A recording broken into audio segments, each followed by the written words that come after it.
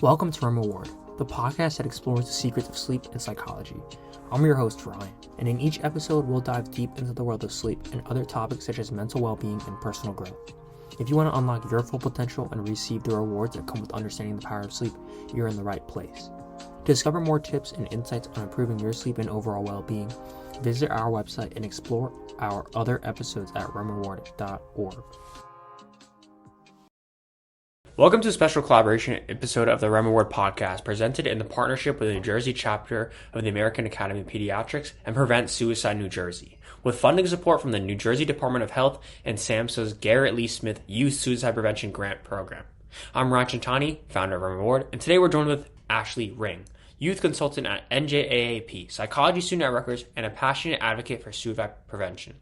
Together, we'll explore how neurodiversity impacts sleep health in youth, the critical link between sleep deprivation and mental health struggles, practical strategies tailored for neurodivergent teens, including those with ADHD or autism, PSNJ's statewide initiatives to empower young people through resources like the 988 Crisis Lifeline, and more. This conversation builds on our shared mission to make sleep science accessible and combat youth suicidality. Let's dive in. Thank you for coming on here. Can you just introduce, who you are and who you're here with, I guess? Hi, so my name is Ashley Ring. I'm currently studying psychology as an undergraduate at Rutgers University, and I'm here on the podcast today as a youth associate with Prevent Suicide New Jersey.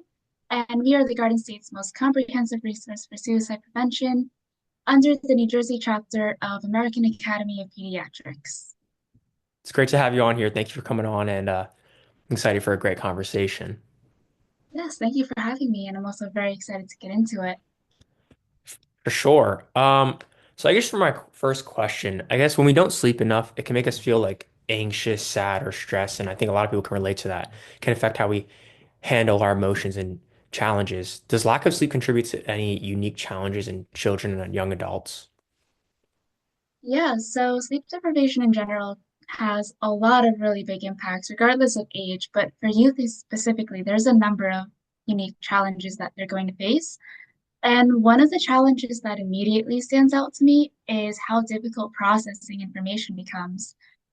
And if you think about it, this is a fairly general symptom of sleep deprivation, but young people especially are taking in so much more information, most importantly, new information that's coming through them, whether it's with school or social media use or just out in their daily life. A lot of the information they're processing is from new experiences, new knowledge, and all of that. And a young person's brain is very good at processing all of that information. It's wired to be able to absorb all of it. But when we don't get enough sleep, all of the systems that make that so exceptional starts going a little haywire. Yeah, for sure. And for those who don't know, like when you sleep, all of the stuff that you take in during your day, it's kind of in short-term memory. All of that gets sorted through and consolidated and then stored through long-term memory when we're sleeping. So when we don't get that good 8 to 10 hours that we're supposed to, your brain starts taking all those shortcuts and you just can't focus nearly as much and can't process everything that happened during the day. Yeah, for sure. I think a lot of teenagers can relate to that. Mhm. Yeah, and I guess just jumping off that, on the other hand, we know that sleep plays a huge role in how our brains develop, especially as you mentioned with kids, there's a lot going on. So during sleep, the brain is, busy, forming connections of what was learned and everything. So how do you think getting enough getting enough sleep can affect not just day-to-day things like attention in school or mood, but also long-term outcomes of mental health? So getting enough sleep is really, really crucial to supporting a young person's mental health. And one of the things that we touch upon, especially when we're studying psychology, is the way that our thoughts, feelings, and behaviors all interact with each other, almost like a cycle, like a circle. When we don't get enough sleep, you might notice when you're waking up the next day, you feel really, really unmotivated to start the day. You might have something excited planned later, but you're like, I just can't get out of bed. I don't want to. I feel miserable. For sure. Like, I'd rather just stay in bed and go back to sleep. And it already just puts you in a really bad mood, and all these negative thoughts are coming through. And then from all of those negative feelings and thoughts that you're having about being so tired and unmotivated, it's going to leak into your behaviors during the day. So maybe you're not nearly as productive. And then when you're not as productive, you're thinking, well, wow, I didn't get everything that I wanted to get done. I wanted to go with my friends. I didn't get to do that, or it just wasn't as fun because I was miserable. And then that feeds back into your feelings and thoughts. And it all just becomes this really big runaway cycle. And that also happens a lot with academics, especially because, I mean, young people are still in high school, maybe even college, if you decide. We might start noticing, well, we didn't get enough sleep last night. So when we're working during the day, our performance isn't nearly as good as it should be or that we expect it to be. And to compensate for that lack of performance, we start staying up later to get everything done. Mhm.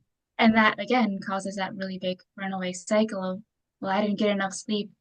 So now I'm not doing as well during the day. So now I need to stay up later to compensate for that. But now I'm still not getting enough sleep. So what do we do there? And then all of those thoughts and behaviors, it just kind of circles into a cycle that's really hard to interrupt. And I see that a lot going on with youth today, especially when they're in school and we're more academically focused, or even people who play sports, it happens to them too.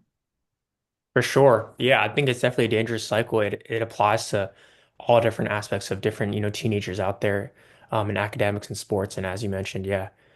And then out of curiosity, so have you noticed that when you don't sleep well, it affects, how you feel the next day? And I guess like, what are some ways poor sleep has manifested in your daily life, like on a personal level? Yeah, so like I mentioned before, not getting enough sleep definitely has a really big impact on my mood. And there's a lot of studies that show that this is relevant to a lot of people. Sleep does help with emotional regulation and how we process our emotions and how we take in information that's coming in through us. When I don't get enough sleep, I wake up really cranky. I'm sure, everyone around me has noticed that. I Yeah. don't get that morning cup of coffee.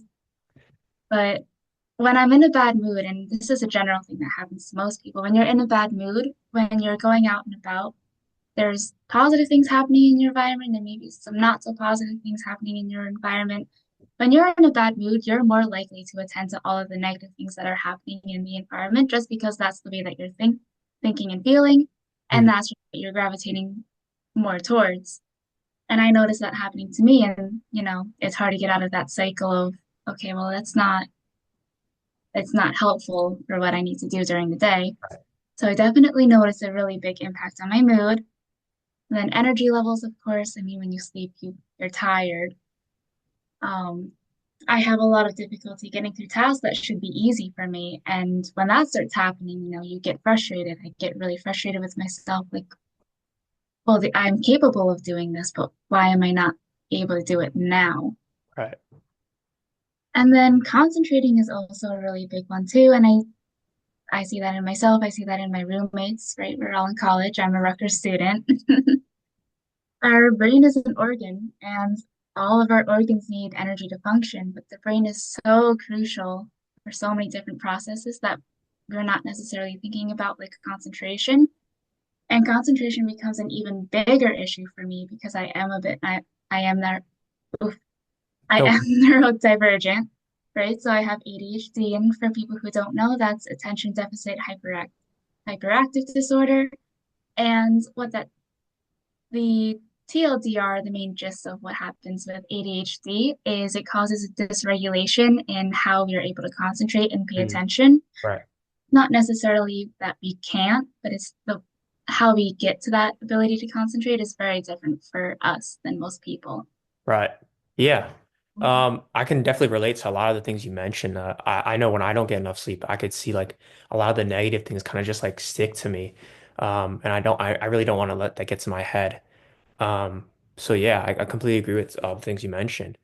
And I guess jumping off that point, unfortunately, many kids with ADHD and autism find it a lot harder to fall asleep or stay asleep due to factors like sensory processing difficulties or irregular melatonin production, anxiety around bedtime, or challenges with self-regulation and disrupted circadian rhythms. For our listeners who aren't familiar with neurodivergence, can you just share a bit about it?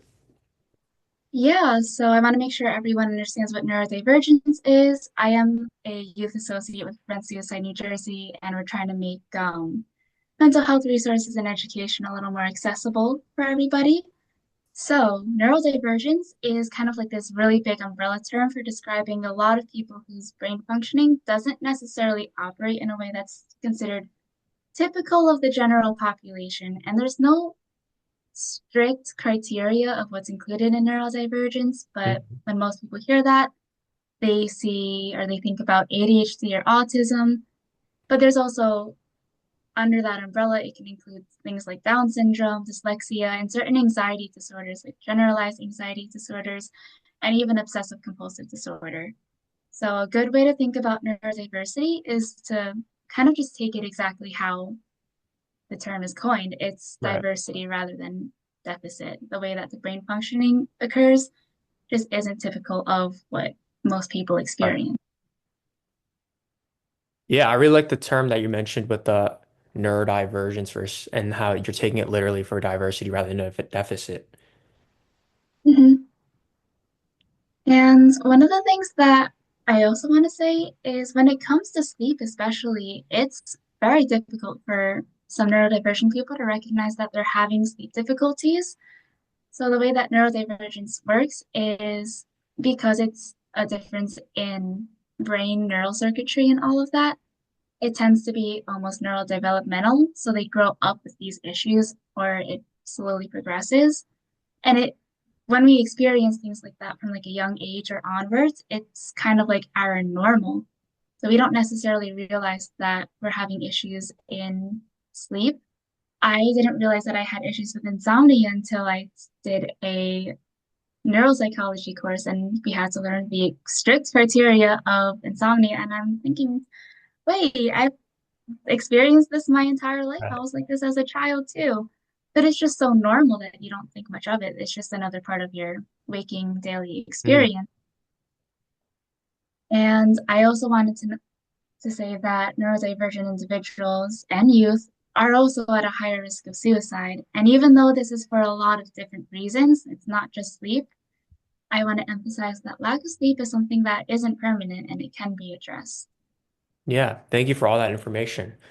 And I guess jumping off that point, sometimes kids with ADHD, autism, anxiety, or OCD experience something called um, perseverative thinking, where their thoughts just won't turn off, especially at night. This can make it harder to sleep. Do you know anyone who has experienced this, and what kind of tips do you have to overcome this? Yeah, so like I was saying, neurodivergence is really diverse, but perseverative thinking is a very common experience.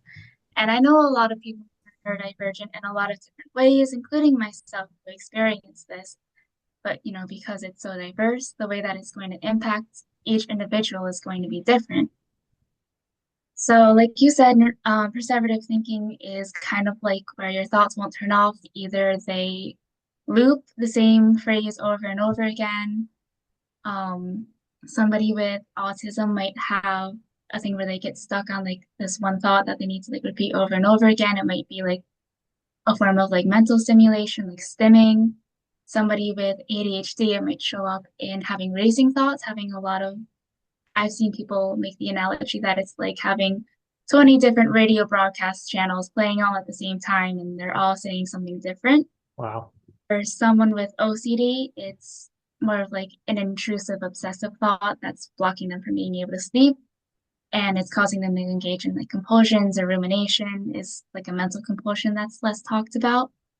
So very diverse, but the good thing is there's a lot of different ways to overcome this, and I just want to give a couple of different Mhm. couple different tips so you can see like what fits best with you and your needs. But some of the ones that stand out to me and the ones that I think are really useful is mindfulness. You might have heard this term thrown around a little bit more. It's getting a bit more popular in mainstream pop psychology. So mindfulness is the act of bringing attention to our present self, whether it's our thoughts, feelings, and our body without judgment or like, yeah, without judgment or without having like a negative opinion about what's happening in our thoughts and our body. Right. And being able to be mindful of what's happening in our brains and body when we aren't able to fall asleep is definitely a really good start. So this includes just identifying when we're engaging in perseverative thinking and how it's not serving us. And when we're able to get to that recognition part, that's when we can start making steps to move past it. But we can start getting to this stage of awareness through mindfulness exercises, kind of like meditation, and that can be really helpful with people with autism and ADHD because it brings the person out of their body and into it brings the person out of like their brain and back into their body, and they can Right. figure out what they need, and it helps regulate the nervous system. Hmm. So something like this might be what I like to call a body scan. It's technically progressive muscle relaxation, but I like to visualize it like there's a scanner going from the bottom of my feet all the way to the top of my head very, very slowly. So as it starts with my feet, you take a big deep breath in, big deep breath out, and you slowly relax your feet, your shins, your knees, your legs, your stomach, all the way up to the top of your face. And you keep doing those deep breaths in and deep breaths out. And you progressively relax the muscles all the way up your body until you're in a full state of relaxation. And something that I notice is I actually hold tension in my face when I'm experiencing difficulty falling asleep. Like when we feel frustrated, we might scrunch our face, our eyebrows tense, like our lips are pursed. Hmm. I mean, if our face isn't relaxed, how are we going to fall asleep, right? Right. Or another one might be something called cognitive diffusion. This gets really popular in things like cognitive behavior therapy, where thoughts start feeling like really, really sticky and stuck and we can't move past them. It's a tool that's used in people with anxiety or OCD or depression. So the idea with cognitive diffusion is we're trying to separate our thoughts from what is true and what's happening and just let them drift away. So somebody might have you take some deep breaths and start visualizing something like leaves flowing down a river. Whatever thought pops into your head, whether it's positive, neutral, or negative, you just place the thought on a leaf and you watch it drift all the way down. Some people like to do that with clouds or balloons or whatever really stands out to you. And as we do that, we can see that they're not getting so stuck because they're getting drifted away. And from there, we just have a little more space in our brain to sit back and relax and start unwinding for sleep. Right. Yeah. Yeah, and then the last one, and I know this is definitely rinse and repeat. I'm sure a lot of people see this, but phones and screens are so bad for falling asleep. Yeah. And I know I'm on the topic of neurodivergence, but all of these tips are made for everybody. It's just Hmm. that For geared to sure. people who are neurodivergent. But being really intentional with our screen use and our social media use, especially around bedtime, is so important. And I'm sure most people say you should not go on any screens right before you go to bed. The ideal is 1 to 2 hours before you go to bed. You shouldn't be on a screen. The blue light that we take in through the screens blocks our melatonin receptors, and melatonin is the chemical in our brain that cues us to be sleepy and helps us fall asleep. So they recommend, professionals and scientists recommend 1 to 2 hours before bed, you don't go on a screen, but I understand that's not realistic. If you're in school, you're probably up until the deadline, cranking out your assignments, trying to get them in on time. Or even if you're on break, you're just trying to scroll through Instagram and TikTok and all of that.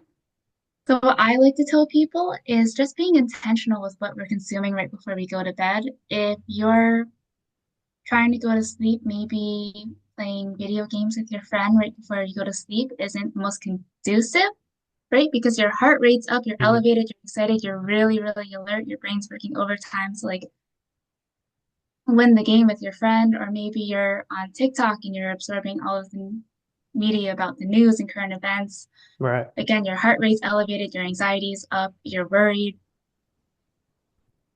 Yeah, for I sure. know, yeah, because I know cutting out screens isn't always a realistic expectation to place on youth. But I think if we're just a little more intentional about what we're consuming, especially right before bed, it might just help us fall asleep a little bit easier. Yeah, I completely agree. I really appreciate all that information and those different analogies. I really like them. The scanning of the body and the leaves flowing down the river, the clouds, the balloons. And I completely agree with also your social media and screen usage. I think it is a little unrealistic when doctors say, get off your phone an hour or two before bed. I mean, technology and screens are like an integral part of people's lives. And I really like I guess, kind of good place to start off with just being mindful and intentional of what you're consuming, what you're doing on those screens. Um, and I guess just jumping off that point with social media screens, as I mentioned, social media is a huge part of our lives. And I guess while at times it can make us feel bad, it can also be a really powerful tool to spread positivity and mental health awareness. So my question is, what sites or influencers do you follow that can lift others up and help them with mental health challenges? Well, as I mentioned like throughout the podcast, I work with Prevent Suicide New Jersey, and we are the Garden State's most comprehensive resource for suicide prevention. And one of the really cool things that we're doing right now is we're actually launching a campaign specifically for youth to empower youth all across the state to be able to prioritize their mental health and foster all of those really difficult open conversations about how we're feeling and whether we're struggling or not, and just being able to take proactive steps in suicide prevention. So one of the sites that, of course, I've been on is the Prevent Suicide webpage. There's so many different resources for youth, teachers, parents, mental health Hmm. professionals, all of them to help promote healthy minds and healthy young people. We also have our Instagram and TikTok, which is, if you want to follow us, it's at Prevent Suicide NJ. Hmm. Share a lot of really cool tips, movie recommendations, and just all of the resources about how to support your mental health during challenging times, whether it's because of the cold weather or whether it's because exam season's coming up. Yeah, But for sure. yeah, and there's also a lot of other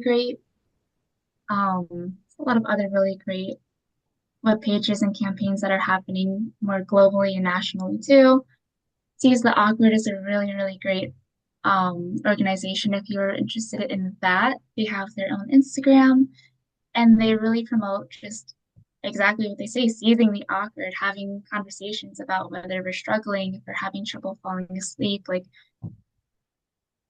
it can be really open up about those things. So Yeah, I'll make sure to link all of those down below in the description. Those are definitely all great websites and social media pages. I've obviously seen Prevent Suicide in Jersey's, social media accounts and their websites. Definitely great stuff.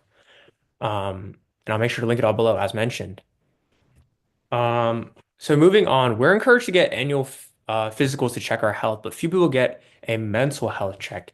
Can you talk about the mental health fit check video, and how can doing a mental health check help us stay on top of how we're feeling?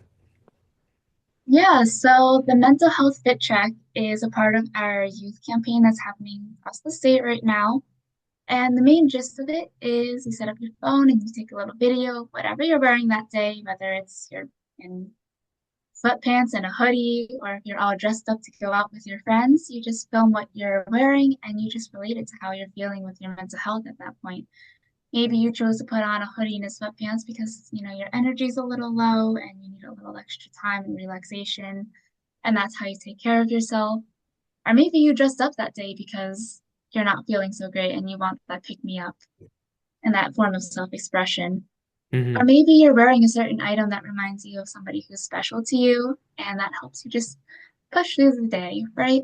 Right. And we hope that with the mental health fit checks that people are able to feel proud of themselves for filming something that's uniquely theirs, but also because they're filming something that's engaging in an act of kindness to themselves. And the really cool thing about this is it just gives us a moment to reflect about how we're feeling and figure out what we need to do to take care of ourselves. Like you mentioned, people schedule their annual physicals once a year, twice a year, however often. We see the eye doctor, the dentist, X, Y, and Z, Hmm. but we don't really have that annual checkup for our brains and our mental health. And Right. when we're hustling and bustling and we're almost on autopilot trying to get through school and work and social life and applying for colleges or in college, there's just so much happening around us. We don't have that second, or we don't give ourselves that second to figure out how we're feeling and to identify if there's anything that we need to do to take care of our mental health. Because as I like to say, like when we're in the thick of it, it's really hard to see like what's happening around us. So one of the exercises I like to do is sometimes I'll place a board or a sheet of paper right in front of somebody's face, directly in front of their face and I say, "Can you read this?" And they're like, "No, Ashley, like what are you doing right now?" And I just take a couple steps back and I say, "Well, can you read this now?" And on the piece of paper it says, "You're too close to see it." Right? So when we're in the thick of that, we don't understand what's happening to us until we're out of it. But Mm, one of the ways that can help us push through that when we're still in the middle of everything going on is to give us that moment to just sit and reflect, see what's going on around us, what's happening within us, and then asking yourselves with kindness and honesty and vulnerability, what do I need right now? And our mental health fit checks with our youth suicide prevention campaign just gives young people an opportunity to be able to do that and just to do something fun and creative. yeah, for sure. I mean, this is really great. I mean, I'm a true believer that, mental health is just as important as physical health. And I completely agree that we need those kind of, mental health checks just like we have for eyesight, the dentist and your normal physicals. So this is really great opportunity for everyone listening. And I hope they, create these videos and tag you guys down below. Yeah. Yeah, I mean, definitely tag us below, and we're very excited to see what people create. So get creative, get fun with it. For sure. Yeah. And then moving on from there for my last question. I guess if someone is struggling with thoughts of suicide, they might not know where to turn. That's obviously where the Prevent Suicide New Jersey campaign comes in. Can you talk a bit about this campaign and the 988 Suicide and Crisis Hotline and how it can help? Yeah, so as I was saying, our campaign is geared towards youth, and one of the really cool things that is specific to us is it is for youth by youth. We have such an amazing group of young people all across New Jersey working on the campaign with us, telling us what messages are important to them and their peers. A big thing that comes up a lot is GPA and academic stress. So we want to make sure that if we're trying to help youth, it's coming from the youth who understand it the most, the people who are in the middle of all of it, who are giving us feedback and what's important for you guys to hear. And PSNJ also strives to collaborate with all the different state departments, professionals, and community organizations to be able to reduce suicide, diminish the stigma, and support those who are touched by suicide. And then I also know that you mentioned the 988 Suicide and Crisis Hotline, and I'm very happy you did. I think a lot of people still don't really know about it yet. It's new. Hmm. So 988 is a number that you can call now, similar to 911, but 988 specifically is for crisis and mental health, like crisis and suicide prevention. Right. So it is currently active all across the United States, and this is a newer and shorter phone number, so it's easier to remember and it's easier to access mental health services. So what you do is you can either call or text or chat the 988 health line now, and what you'll receive is a conversation that is confidential and it provides you with judgment-free care and it can connect you to someone who can help save your life. They might give you resources or it's just somebody to talk to in a time of need. Yeah, that's really great stuff, and I hope that everyone listening takes that all in. I think it's really great how PSNJ is, by youth for youth. I think it's really important to have that kind of youth insight and to give it out to the youth. And also 988, very easy to remember, and I hope everyone listening does remember that. Well, those are all the questions I had today. I really appreciate the conversation that we had. All the information you gave is greatly appreciated, and I'm sure everyone listening is just as appreciative. I'll make sure to link everything you mentioned and more down below. And thank you again. All right. And then just before I go off, I just wanted to say thank you so much, Ryan and Swim Reports, for having us in your episode on this podcast.